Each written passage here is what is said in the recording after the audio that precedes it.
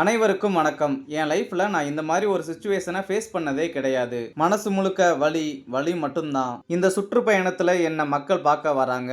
அதுக்கு ஒரே ஒரு காரணம் தான், அவங்க என் மேல வச்சிருக்க அன்பும் பாசமும். அந்த அன்புக்கும் பாசத்துக்கும் நான் எப்பவுமே கடமைப்பட்டிருக்கேன். அதனால தான் இந்த சுற்றுப்பயணத்துல மற்ற எல்லா விஷயங்களையும் தாண்டி மக்களுடைய சேஃப்டி, அதுல எந்த காம்ப்ரமைஸனும் பண்ணிடக்கூடாதுன்னு தான் அது என் மனசுல ரொம்ப ஆழமா இருக்கும். அதனால தான் இந்த அரசியல் காரணங்கள் எல்லாத்தையும் தவிர்த்துட்டு ஒதுக்கி வச்சுட்டு மக்களுடைய சேஃப்டியை மட்டும் மனசுல வச்சுக்கிட்டு அதுக்கான இடத்த சூஸ் பண்ணிட்டு அதுக்கான இடங்களா பார்த்து பர்மிஷன் கேட்கறது. போலீஸ் டிபார்ட்மெண்ட்ல அதை ரெக்வஸ்ட் பண்ணி கேட்போம். ஆனா நடக்கக்கூடாதது நடந்துருச்சு. நானும் மனுஷன் தானே. அந்த ஊர்ல அத்தனை பேர் பாதிக்கப்பட்டிருக்கும் போது நான் எப்படி கிளம்பி வர முடியும்? நான் மறுபடியும் அங்க போற மாதிரி இருந்துச்சுன்னா அதை ஒரு காரணமா காட்டி அங்க வேற சில பதட்டமான சுச்சுவேஷன், வேறு சில அசம்பாவிதங்கள் அந்த மாதிரி எதுவும் நடந்துடக்கூடாது அப்படின்றதுக்காக தான் நான் அதை அவாய்ட் பண்ணேன். இந்த நேரத்துல சொந்தங்களை இழந்து தவிக்கிற அத்தனை குடும்பங்களுக்கும் என்னோட ஆழ்ந்த இரங்கலை தெரிவிச்சுக்கிறேன். எனக்கு தெரியும், என்ன சொன்னாலும் இது ஈடே ஆகாதுன்னு எனக்கு தெரியும். ஹாஸ்பிட்டல்ல ட்ரீட்மெண்ட் எடுத்துக்கிட்டு இருக்க எல்லாருமே சீக்கிரமா குணமாகி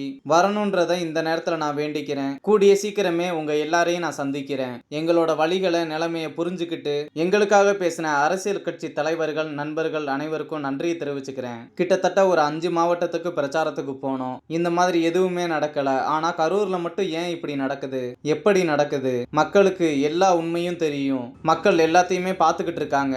கரூரை சேர்ந்த மக்கள் எல்லாம் உண்மையை சொல்லும் போது கடவுளே நேர்ல வந்து அந்த உண்மை எல்லாத்தையும் சொல்ற மாதிரி தோணுச்சு. சீக்கிரமே எல்லா உண்மைகளும் வெளியே வரும். எங்களுக்கு தரப்பட்ட இடத்துல நாங்க போய் நின்று பேசிட்டு வந்தோம். அதை தவிர நாங்க வேற எந்த தப்பும் பண்ணல.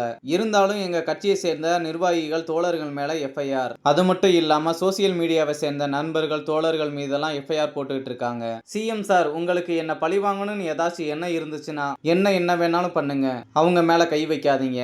நான் ஒன்னு வீட்டுல இருப்பேன், இல்ல ஆபீஸ்ல இருப்பேன். என்ன வேணாலும் செய்யுங்க. நண்பர்களே தோழர்களே, நம்மளுடைய அரசியல் பயணம் இன்னும் ஸ்ட்ராங்கா இன்னும் தைரியத்தோட கண்டினியூ ஆகும். இவ்வாறு தமிழக வெற்றி கழகத்தின் தலைவர் விஜய் வெளியிட்ட வீடியோ இணையத்தில் வைரலாகி வருகிறது.